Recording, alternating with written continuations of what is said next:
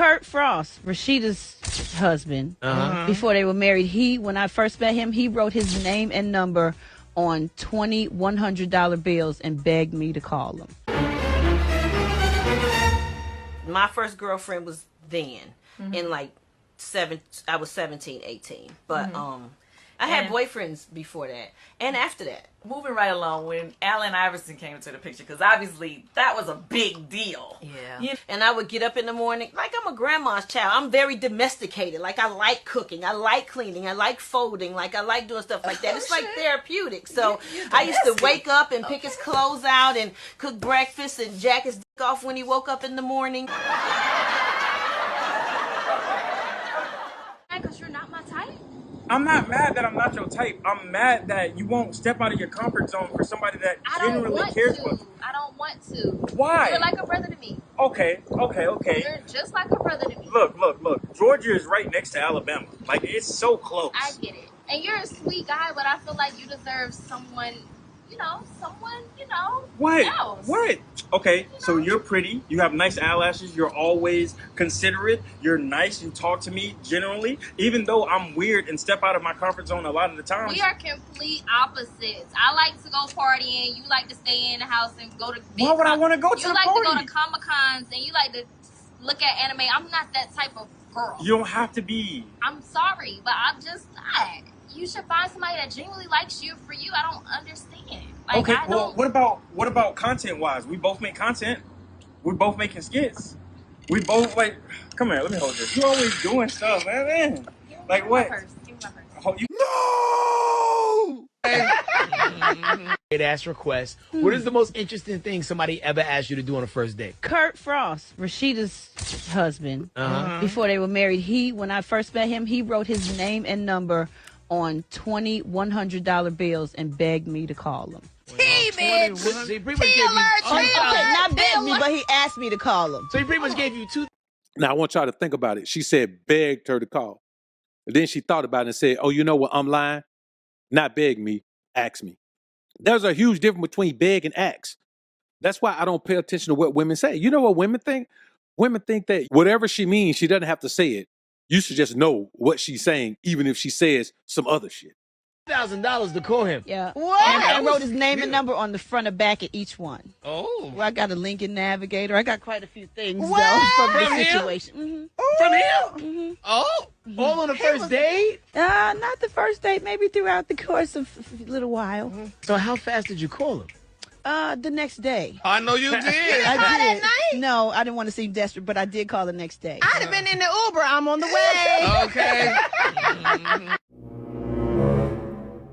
It's crazy how this woman decided that she was going to fake marry another woman. And all of her stories are always about men she smashed out and cashed out. You know what I'm saying? She smashed out to get cashed out. AI, same thing, man. She smashed out to get cashed out. She's confused, man.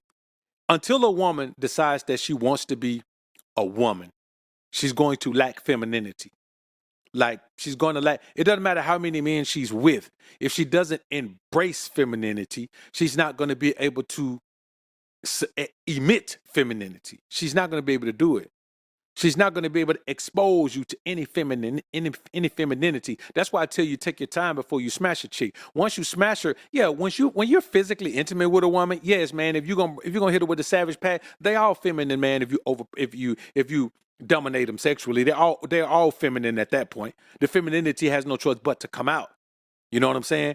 But as soon as that's old femininity, it goes away again. Let's get back into it, man. So this next clip, man, we're gonna hear talk about AI. Whew. That girl done been down through that, man.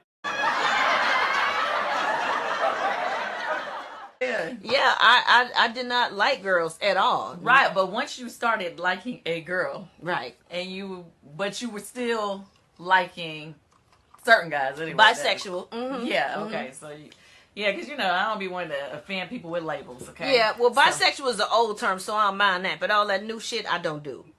Like, motherfuckers done called me a tree, a stem, a branch. I said, what the fuck is a stem? A stud and a femme. I said, no, I'm sorry. I'm not either one of those. I don't feel like I'm a stud at all. Like, I feel like I'm still a tomboy, the same motherfucker I was when I was younger. But, like, I like my nails pink. Like, I'm not a stud. Like, you know what I'm saying? Yeah. I like cute underwear. I like them to match. I like my hair done, makeup. Like, so I'm definitely not a stud. So, Gotcha. I guess I'm a cross between, so I'm a stem. Bitch, a stem What does that mean? A stem is supposed to be a stud and a femme. It's The majority of the time when you meet a woman in this society, man, she's confused about who she is. And one thing I can guarantee you is that if you're confused about who you are, then you're confused about what you want. You're confused about what you want to be. You're confused about where you want to go. The foundation of knowing how to navigate your life, how to build your life, how to pursue your life, just how to wake up every day and live in peace is knowing yourself. And if you don't know yourself, then everything else you put forth is going to be confusion. It's going to be fruitless. So you're going to have all of these relationships that are in and then they're out. so many titles. I said I'm not that. I said come out of a rose or a tree branch. I'm not a stem. I'm just Brat. Like, So we'll just go with bye. okay. Anyway. Because my first girlfriend was then in like I was 17, 18. But I had boyfriends before that and after that. Moving right along, when Allen Iverson came into the picture, because obviously that was a big deal. Yeah. And everybody was like, wait a minute, hold on. So Brat is dating Allen. I thought she was, of course, that was, the people on the street with the whispers, you know what I mean? Yeah. And did he even know that you were not? I think he knew, but we never talked about it. We never talked about it. I met his whole family and stuff. We never talked about it. We flew to Japan and all kind. Oh, I hope I ain't telling too much, y'all.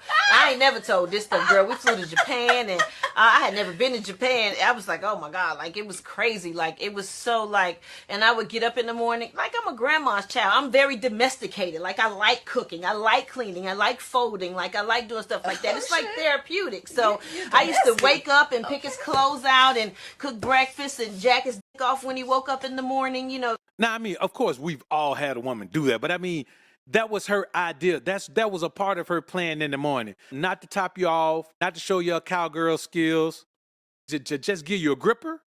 That's the sign that I'm telling you. She was not into AI. She didn't like him like that. The things he liked, just made sure he was happy, and he spoiled me and made sure I was happy. Like I was like, this is amazing. Like I was like, this is it. But then I think, basketball players, hoes, okay? Right, like true. he had a baby mama, some kids, he had a lot of stuff going on. So it lasted for a good while. It was good for a minute. It was good for a long time. So it just didn't work out. It just didn't work out. He too many bitches. Got it. I think the last straw was we was sitting at a hotel in the hallway outside the door just talking because some of the homies was in the room chilling watching the game or something.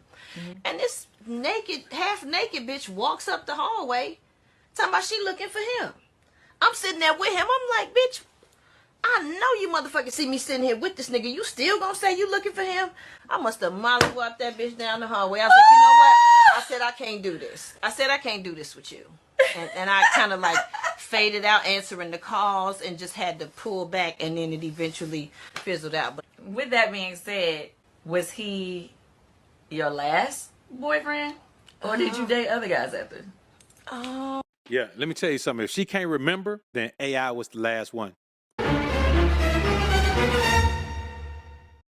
What we have to understand is this. The majority of women don't understand their position. It don't matter if you tell them. It don't matter if you show them. A woman can hear you telling her family that you don't really like her like that. Y'all just kicking it. And she'll still believe she your woman and y'all in a monogamous relationship. Like they just won't, they don't understand how to view things from a logical perspective, especially when their feelings are involved. And so for a woman who's with a man, and a woman just had to know, man, that she's not the only one.